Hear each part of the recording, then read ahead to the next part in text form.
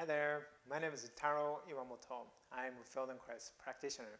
And in today's video, I'm going to show you a short mindful exercise and that helps you to reduce the strain and pain on your low back, especially with the turning. So if you're having a hard time or if you have difficulty turning and because of that increases discomfort around your low back, and this might be helpful for you.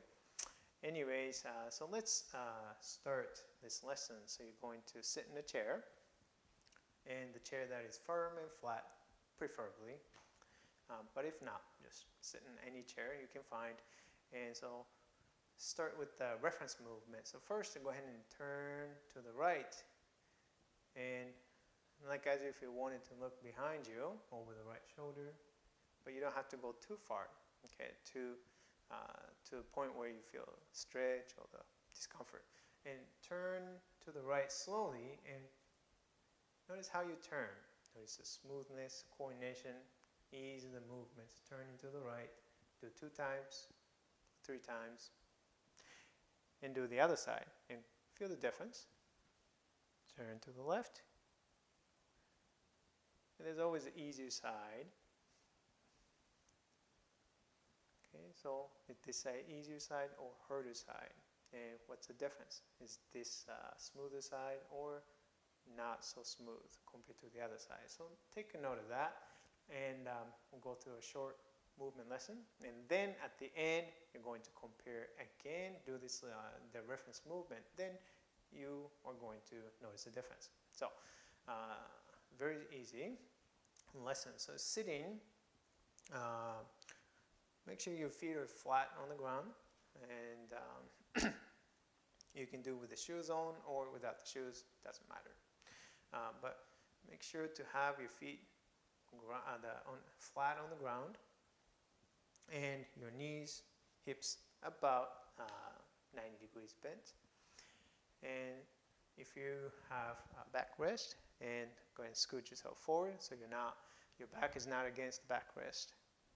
So you can have your hands on your thighs and sit comfortably, somewhat upright, so you're not slouching back. Okay, so you don't have to make yourself sit perfectly straight, but just sit somewhat neutral. All right, so from here, you're going to take your hands and put your hands near your knees. So the right hand on your right knee, left hand on your left knee. And what you're going to do is you're going to gently, using your right hand, and push your right knee towards the right hip, like so. Okay. And what you notice with your left hand is that as the right knee, as you push your right knee towards your right hip, your left knee pushes into your left hand, so pushes away from the left hip. So notice that. So what happens is the right leg moves back or becomes shorter, and then the left leg becomes longer. It's like that. And if you find that is difficult for you, if you find that it's not going anywhere, and try not to push harder, because it doesn't take a lot of effort and for this movement to happen. If the movement is not happening, that is not because of the tightness of the muscles, but it is because of the muscles that are contracting and stopping the movements from happening. So what you need to do is simply slow down the movements and reduce even the effort. Do a little bit, tiny bit, in letting go. And if you feel any place that you tend to contract or tighten, and slowing down the movements, and then see if we can just try to relax and let go of that holding the muscles. And once you're able to let go of unnecessarily muscle effort, then the movement actually takes can take place a lot more easily with very little effort. Very little effort. Okay? So you can think about pushing your right knee towards the right hip. You can also think about pulling your left thigh or left knee forward, away from the left hip with your left hand. It's the same thing, but you may find one way is easier than the other way, or you can do both ways. You're pushing your right knee and pulling, elongating your left leg away. Okay? So the knees don't go left and right, knees go forward and back. So the right knee goes back and left knee goes forward. And what you notice is that now you pay attention to your pelvis. For that to happen, and notice how the pelvis is turning to allow one knee to go back and then other knee to go forward.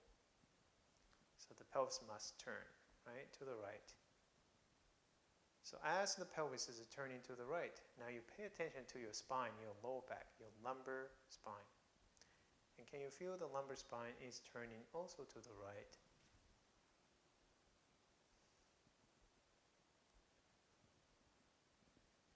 And once again, there really shouldn't be any effort to do that.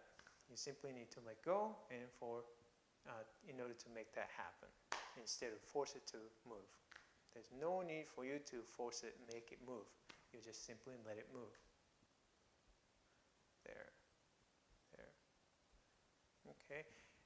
And continue to feel the spine and feel the entire spine. As the pelvis is turning to the right, and feel the spine, the lumbar vertebra, lumbar spine is beginning to turn. And that turning actually can continue through the spine, upward, all the way, so that the shoulder is also turning, your rib cage is also turning, so your head is also turning to the right.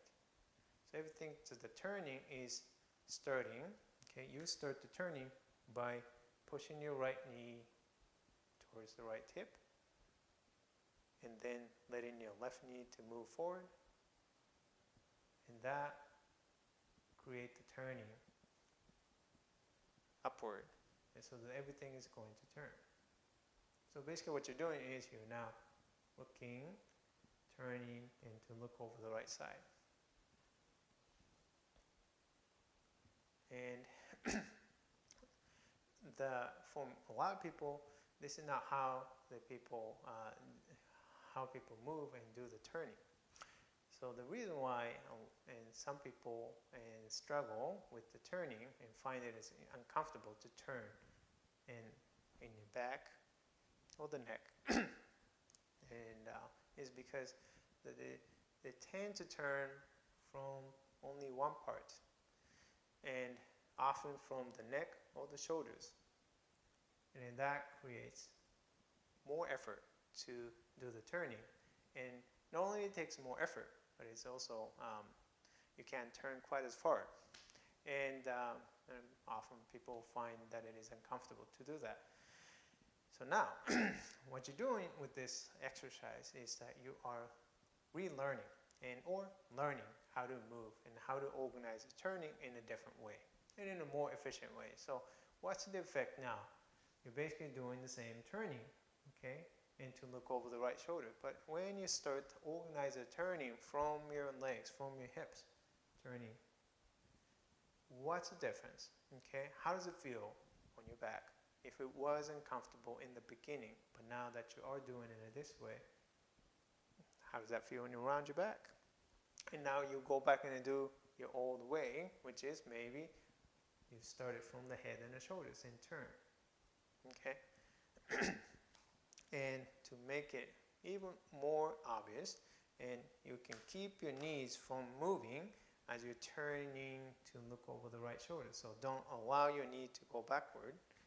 Don't allow your right knee to go backwards. And so just fixate your legs, fixate your pelvis, and trying to turn from your neck and the shoulders only. So what does that do to your back? Do you like the way it feels? Or do you prefer the way it feels on the other way? So do a couple of times, right? So both ways. Moving initiating the turning from the pelvis, from the legs. How does that feel? And initiated turning from the neck and the head and the shoulders. How does that feel? Which way is easier? Which way is more comfortable? Right? And so that's basically it. And so only did one side. The purpose is, just a demonstration, and also that you can actually feel the difference between the two sides now. And we are done. And one last time, and quickly check the range of motion. Check the movement again, turning to look over the right shoulder. And notice the quality and smoothness of the turning to look over the right shoulder. And compared to the very first time you did it. Easier? More comfortable? What do you think? And now to the other side.